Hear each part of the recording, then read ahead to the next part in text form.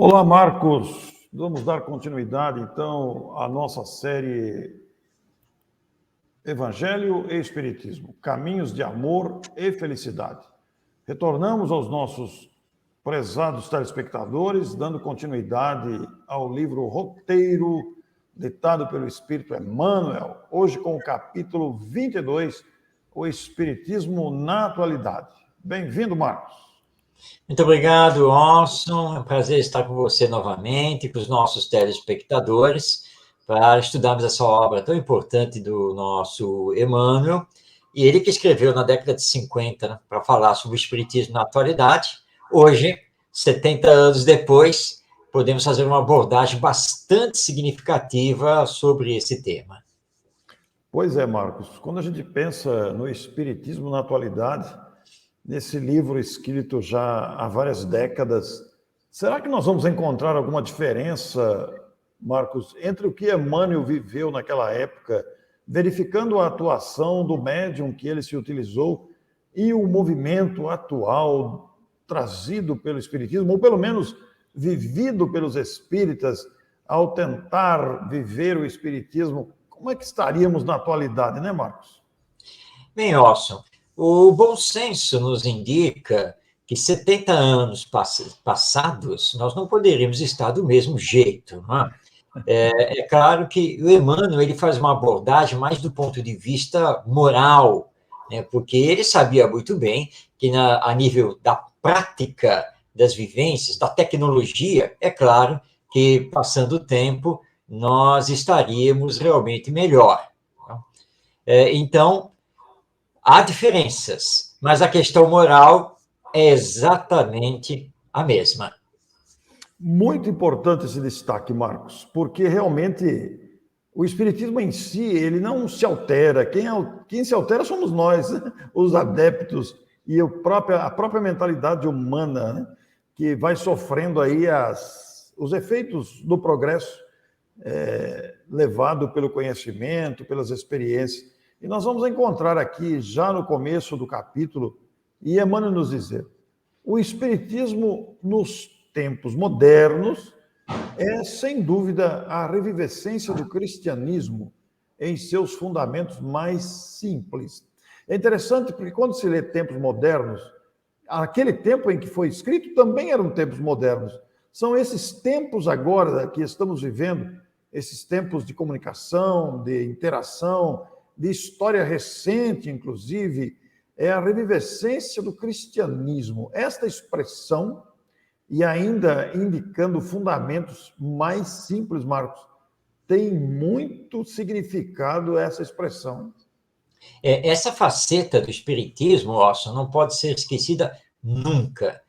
O espiritismo nos remete, sim, a uma compreensão melhor da imortalidade da alma, da ação das almas ou espíritos na matéria, questão da mediunidade, reencarnação, etc. O espiritismo tem a sua faceta que é científica, mas, acima de tudo isso, é preciso ter o evangelho. Se não tiver o evangelho, nós tendemos a nos perder, porque vamos entrar apenas e tão somente na área da ciência, do conhecimento da nossa realidade espiritual. O espiritismo é mais do que isso. Os espíritos superiores são muito claros lá no Livro dos Espíritos. O espiritismo veio na metade do século XIX para alavancar o progresso moral da humanidade. Não é progresso apenas do conhecimento, ou seja, junto com o conhecimento material, nós vamos juntar o conhecimento espiritual. Por isso, Emmanuel repisa com bastante propriedade essa questão de reviver o evangelho na sua simplicidade. O evangelho que estava meio perdido, confuso, e o espiritismo vem justamente abordar os ensinos morais de Jesus, como Allan Kardec deixa muito claro na introdução de O Evangelho segundo o Espiritismo. Porque muitas pessoas acham que o Espiritismo está trazendo novas revelações sobre o Evangelho. No sentido moral, não. O Espiritismo está resgatando o Evangelho no seu profundo significado. E isso é que é realmente o mais importante e que o Emmanuel destaca. Muito importante a sua observação, Marcos, que não pode ser esquecido esse detalhe, né? Porque toda a fundamentação do Evangelho trazido pelo Cristo, e como você tão bem afirmou agora, resgatando esses valores, fazendo-os vivos entre nós, fazendo-nos que compreendamos o alcance, a dimensão desse significado, na sua simplicidade, na sua pureza. Marcos, pensando nos dias atuais, embora os tempos modernos que englobam todas essas décadas, mas pensando nos dias atuais, será que estamos conseguindo, Marcos, manter esta simplicidade do ideal primeiro, como adeptos, seres humanos falíveis, com os desafios próprios da nossa condição humana, com gente nova chegando, com vícios que vamos nos permitindo? Será que estamos conseguindo, Marcos, manter essa simplicidade tão defendida, de maneira tão importante aí por Emmanuel, defendida no seu texto? Porque o Espiritismo ele abre uma cortina, ele levanta um véu espesso da nossa realidade densa para mostrar a realidade da imortalidade, mostrar essa realidade palpável da imortalidade. E nós ainda estamos um tanto subjugados pela influência material. O Espiritismo mostra os espíritos se manifestando, o Espiritismo traz o ensino trazido por aqueles que estão liberados, ou pelo menos temporariamente dispensados da carcaça carnal e que voltarão um dia a habitar o planeta, mas ao lado de um esforço muito grande para a vivência simples desse ideal, ainda trazemos muitos vícios, né, Marcos? Com certeza, Orson. Sem dúvida que nós estamos tentando, né? Estamos procurando, claro, manter a pureza e a simplicidade do Evangelho nas nossas vidas, mas com muitas dificuldades, isso não resta nenhuma dúvida, porque nós estamos num tempo de transição, e onde estamos lutando contra as nossas chagas morais, nossos vícios, que já trazemos já de longa data através das nossas existências. E essa é uma luta que temos que fazer constantemente dentro do movimento espírita, porque nós não podemos nos perder. Então, temos que tomar um cuidado muito grande em relação a isso. Historicamente, as religiões que representaram e representam o cristianismo se perderam em muitos aspectos. E nós, espíritas, não podemos nos deixar levar pelas questões da matéria, de homenagens, de simbolismos, disso e daquilo. Calma, gente. Nós temos que viver na pureza, da melhor maneira possível, o Evangelho. Portanto, eu preciso fazer a minha transformação moral. E no início aqui do nosso vídeo, você fez uma colocação importante, Orson, lembrando que nós, os espíritos reencarnados, os seres humanos, nos modificamos, nos transformamos, estamos em progresso. A doutrina espírita, conforme anunciada pelos espíritos superiores, codificada por Allan Kardec, ela não se transforma, ela evolui no sentido de aprofundar cada vez mais os seus ensinos e a realidade da vida espiritual. Mas, nas suas bases, a doutrina espírita é sólida, então nós não temos que inventar coisas, nós temos que entender cada vez mais o espiritismo e lembrando que a base essencial é o Evangelho. Como responde os espíritos a Allan Kardec, né? Quando Kardec pergunta no Livro dos Espíritos se o conhecimento do espiritismo nos ajudará no retorno ao mundo espiritual através da morte. Os espíritos dizem sim, mas que a melhor ajuda é a prática da caridade. Então, conhecer o espiritismo auxilia, mas realmente, para que você esteja bem no depois da morte, só praticando a caridade. Aí nós voltamos, então, ao Evangelho. Pois é, Marcos, olha quantas considerações importantes nos vêm à mente, né? Logo no início do capítulo que nós estamos estudando hoje, Emmanuel vai se referir que se ficarmos presos ao fenômeno por si só, nós estaremos equivocados na função primeira do Espiritismo, porque o Espiritismo, como ele diz aqui na sequência do capítulo, que nós vamos postar aqui a frase, o Espiritismo, positivando a sobrevivência além da morte, envolve em si mesmo vasto quadro de ilações no campo da ética religiosa. Que importante isso, né? Constrangendo o homem a mais largas reflexões no campo da justiça. Marcos, veja a dimensão desta afirmação de Emmanuel para os dias atuais, né? Enquanto nós podemos ser seduzidos pela questão do fenômeno, simplesmente o fenômeno por si mesmo, esquecendo o principal, como você tão disse aí, que é a nossa melhora moral, o Espiritismo, quando conhecido, ele necessariamente leva a esta concepção diferenciada. Olha que ele usou aí a expressão ética religiosa e leva o homem a pensar mais no campo da justiça. Então nós vemos aí um mundo conturbado, esquecido inclusive das noções de justiça, porque iludidos ainda a temporalidade da vida material, considerando a vida material como se fosse a mais expressiva forma de viver. É verdade, Oscar. E não considerando a realidade espiritual. Porque não basta dizer que nós somos almas imortais. Porque se você for católico, é uma crença católica. A existência da alma é a sua sobrevivência e assim por diante. Mas não basta. E o Espiritismo vem nos lançar realmente um novo campo ético.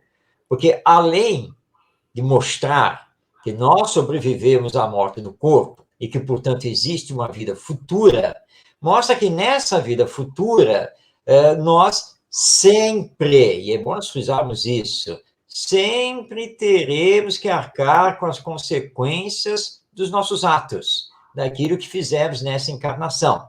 E não temos como escapar disso, porque a lei divina está gravada na nossa consciência. Então, no depois da morte, é um encontro comigo mesmo, através da consciência. Por isso, o Emmanuel se refere, então, a essa nova visão que o Espiritismo nos dá da ética religiosa. Porque a religião, para nós espíritas, não pode ser apenas uma capa. Porque antigamente, para dar um exemplo aqui para nos ligar ao catolicismo, nós íamos, então, em vidas passadas, à Igreja Católica. Então, você ia, por exemplo, à missa do domingo de manhã. Então, você ia lá fazer o seu rito devocional e ali você se penitenciava, aquela coisa toda, limpava a sua alma para voltar ao seu cotidiano. Só que você passava a semana fazendo tudo que não devia, para depois voltar lá para a igreja e, novamente, você se penitenciar e aquela coisa toda. Só que o Espiritismo veio mudar isso. Então, hoje, eu não posso repetir isso no centro espírita.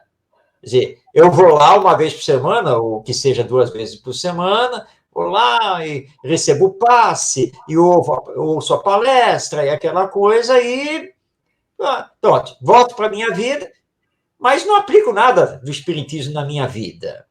Então, o Espiritismo vem nos mostrar, olha, a ética religiosa é outra, porque no depois da morte, você vai responder por isso.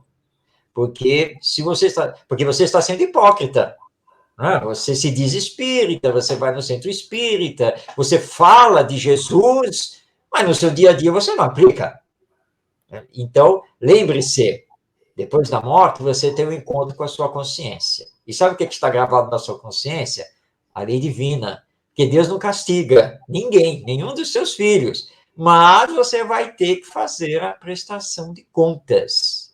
Então, a visão do Espiritismo, de fato, modifica totalmente a visão que as outras religiões trazem dessa questão da alma imortal que sobrevive ao corpo. Marcos, nós já não podemos alegar ignorância. O Espiritismo ele abre essa perspectiva, mostra isso com clareza, e o próprio estudo do Espiritismo vai fazendo a gente compreender isso com maior profundidade. Nós fomos criados falíveis, mas destinados à perfeição, ainda que relativa, já que ninguém alcança Deus. Nesse esforço todo de burilamento interior, de melhora intelecto moral, vamos vivendo as experiências, nos deparando com desafios que são imensos, mas é nesse aprendizado que nós nos tornamos responsáveis. Há uma responsabilidade muito grande, não há castigo na vida. O que há é consequência, mas sempre com o caráter de responsabilidade efetiva. Viver demanda responsabilidade. E o Espiritismo descortina esse quadro com clareza para nós. Ninguém poderá ignorar esse detalhe. Porque é tão clara a noção espírita a propósito da responsabilidade que trazemos sobre as nossas ações, decisões, reações, que nós não podemos mais ignorar ou alegar ignorância desses fatos. Conhecendo o Espiritismo, nós teremos esta amplidão de entendimento. Eu vou adicionar aí, justamente, Marcos, esse comentário que a nossa linha de raciocínio está levando, acompanhando o raciocínio do autor desta obra notável que nós estamos aqui, a cada semana, apresentando aos nossos telespectadores, numa sequência de episódios, esses capítulos que, naturalmente, nós compactamos aqui, resumimos, mas ele traz grande sabedoria. Vou deixar para você ler essa postagem aí, Marcos. Tá certo, vamos lá. Então, nos diz aqui o Emmanuel. Desdobrando o painel das responsabilidades que a vida nos confere, o novo movimento de revelação implica abençoado e compulsório desenvolvimento mental. A permuta com os círculos de ação dos desencarnados compele a criatura a pensar com mais amplitude dentro da vida. Olha que beleza, né, que o Espiritismo nos apresenta. Porque nós então sabemos que a vida continua depois da morte, que existe o mundo espiritual e que esse mundo espiritual é totalmente habitado por aqueles que neste momento estão desencarnados. Os ligados aqui à humanidade, nos mais diversos graus evolutivos, e aqueles espíritos missionários que também se ligam aqui à humanidade terrena para auxiliar o nosso progresso. E mais do que isso, nós sabemos que o mundo espiritual é apenas uma outra dimensão da vida, um outro universo, como os cientistas gostam de utilizar nessa linguagem, e que, portanto, interage conosco, está aqui. E via pensamento, nós podemos captar as inspirações, as sugestões, etc., dos desencarnados. Claro, os que querem o nosso bem vão trabalhar justamente para esse nosso bem. Os que não querem o nosso bem vão trabalhar para tentar nos desviar do Evangelho. E esse intercâmbio entre encarnados e desencarnados é fantástico.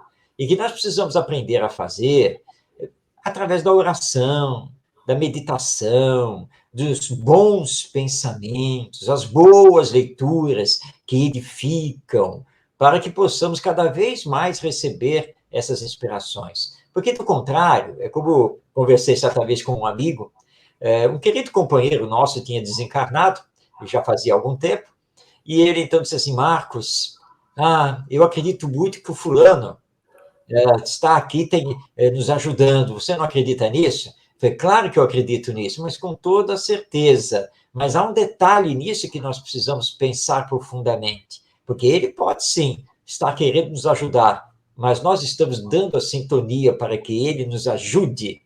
Essa é a grande questão. Então, quando o Espiritismo nos apresenta essa realidade dinâmica, interativa da vida espiritual com a vida humana material, realmente o leque de abertura do entendimento da vida é imenso. Pois é, Marcos. E o Emmanuel, na continuidade do seu capítulo, nos parágrafos que se seguem, ele faz uma comparação muito interessante aqui sobre as descobertas e as conquistas da humanidade, né? Ele cita, inclusive, as descobertas, as invenções, as revelações, etc., que beneficiam a vida social, como a eletricidade, e todos outros benefícios que foram alcançados através da evolução, do progresso, da força das ideias, de homens e mulheres que se dedicaram a desvendar aquilo que era desconhecido. Com a doutrina espírita não é diferente, porque nós tivemos na figura magistral, genial de Allan Kardec, a pesquisa em torno da existência e imortalidade dos espíritos, acompanhada da comunicação dos espíritos. Da mesma forma como nós nos valemos das conquistas da tecnologia, como a luz elétrica, por exemplo, ou agora a conquista da virtualidade, de que forma estamos nos valendo desses benefícios todos das conquistas, cabe a pergunta, né, Marcos? Como que estamos nos valendo do fenômeno em si, do conhecimento desta possibilidade de intercâmbio entre encarnados e desencarnados para o aproveitamento? Já que estamos conscientes de que há um compromisso com tudo isso, igualmente uma responsabilidade muito grande e que vai exigir disciplina, Marcos, conhecimento e disciplina para podermos utilizar com proveito esta realidade à nossa disposição. Para isso, além de estudar a questão, de observar, de habituar-se com a sua essência, aí entra, como você disse em minutos atrás, a finalidade principal do Espiritismo, que é a nossa melhora moral, que vai utilizar a caridade em toda a sua extensão para sermos criaturas melhores. Pois é, Orson, essa reflexão é muito importante. Segundo Manuel Filomeno de Miranda, esse caríssimo espírito que vem trabalhando através do Divaldo Pereira Franco, ele faz uma afirmação numa das suas obras que nós conseguimos, nos centros espíritas, nas nossas reuniões mediúnicas, bons resultados. Mas que, se, de fato, seguíssemos todo o conhecimento que o Espiritismo nos dá, que nos proporciona nessa área dessa realidade mediúnica, nós poderíamos já ter conquistado resultados muito, muito maiores do que já conquistamos, porque já teríamos nos desenvolvido nessa percepção extrasensorial muito mais do que já nos desenvolvemos. E as nossas reuniões mediúnicas teriam realmente resultados de muito maior qualidade. Então, nós ainda estamos naquela fase, Orson, que conhecemos, nós sabemos, mas na prática ainda deixamos muito a desejar, porque deixamos que as reuniões mediúnicas transcorram e nós não paramos para pensar sobre elas, os seus resultados, as comunicações que aconteceram, as lições a serem tiradas dali, o nosso comportamento dentro da reunião, principalmente o mental, né, porque a mente é prodigiosa e ela é importantíssima em toda essa cadeia de fenômenos. Ou seja, nós temos muito ainda que crescer, não é, Orson? Ainda não chegamos lá com o próprio Espiritismo. Mas, como eu sempre digo, estamos no processo. Então, vamos continuar. Pois é, Marcos. Eu também tenho esse tipo de reflexão e de pensamento, como você expressou tão bem aqui.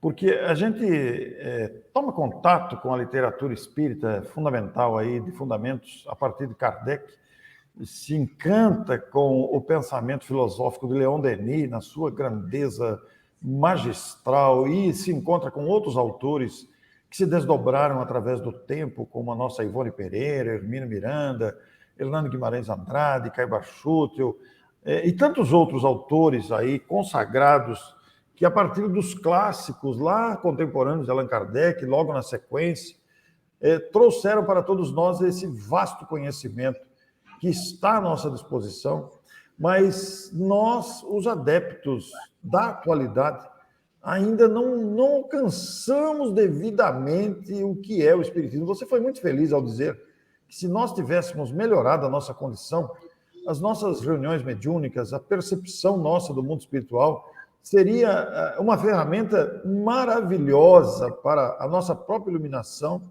e até para a solução de pequenos embates, onde se perde tanto tempo com bobagens, e eu não fico apenas na área de nós, os espíritas, mas mesmo nas áreas sociais de convivência humana.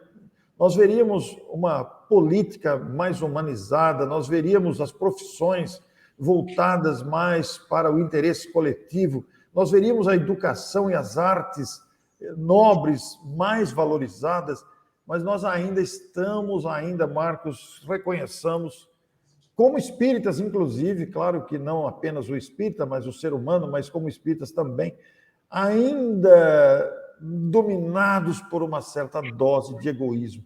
Mas eu me lembro sempre do que você diz, viu, Marcos? Estamos aprendendo, estamos caminhando. Não é motivo para desânimo isso, não. É um estágio mesmo. São fases de amadurecimento. É verdade, Orson, é verdade.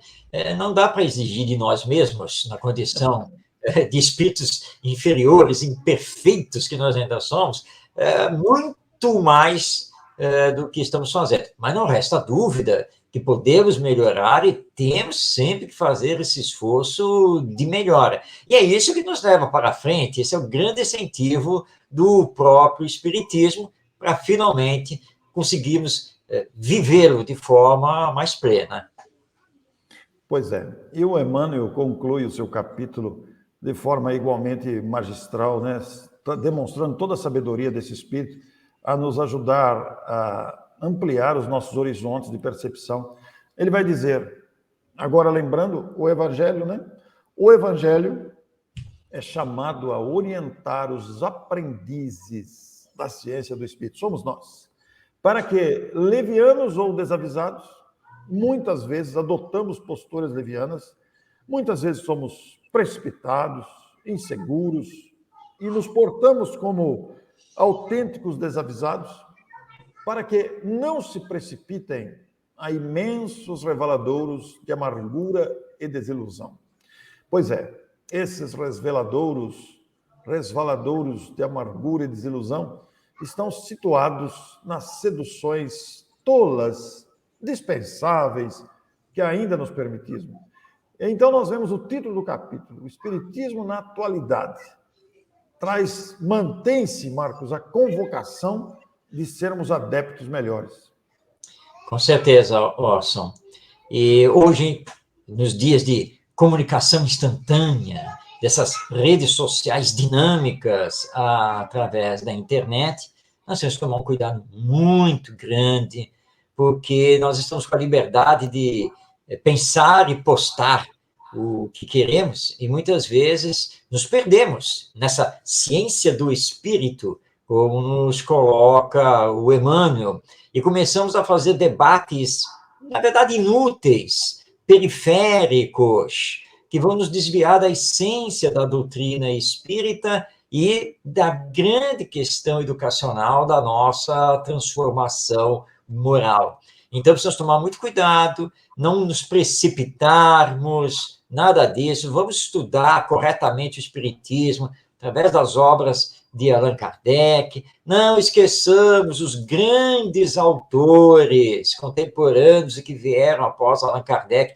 que andam meio esquecidos. Então, temos que tomar muito cuidado e lembrar que não é lendo romances espíritas e livros da chamada autoajuda na visão espírita que, de fato, nós vamos conhecer o Espiritismo. O Espiritismo requer um estudo realmente sério e que não nos percamos das lições do Evangelho, se queremos mantê-lo sempre atual através dos nossos próprios exemplos.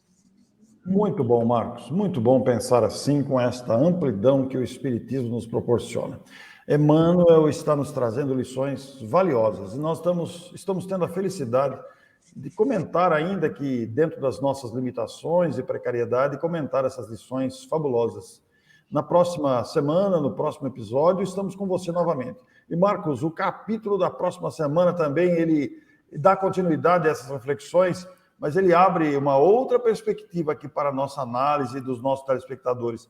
Na extensão do serviço, é o capítulo 23, Marcos. Vamos ver tudo que nós podemos e devemos fazer com o Espiritismo e o Evangelho. Fica aqui, então, um convite aos nossos telespectadores para ficarem ligados na nossa série no próximo episódio. Muito obrigado, Marcos. Muito obrigado a você que nos acompanhou. Uma alegria sempre esses substanciosos episódios e capítulos que nos fazem refletir mais sobre a grandeza do Espiritismo. Na oportunidade de hoje, tivemos, pois, o capítulo 22. Até a próxima semana, com a nossa imensa gratidão a você.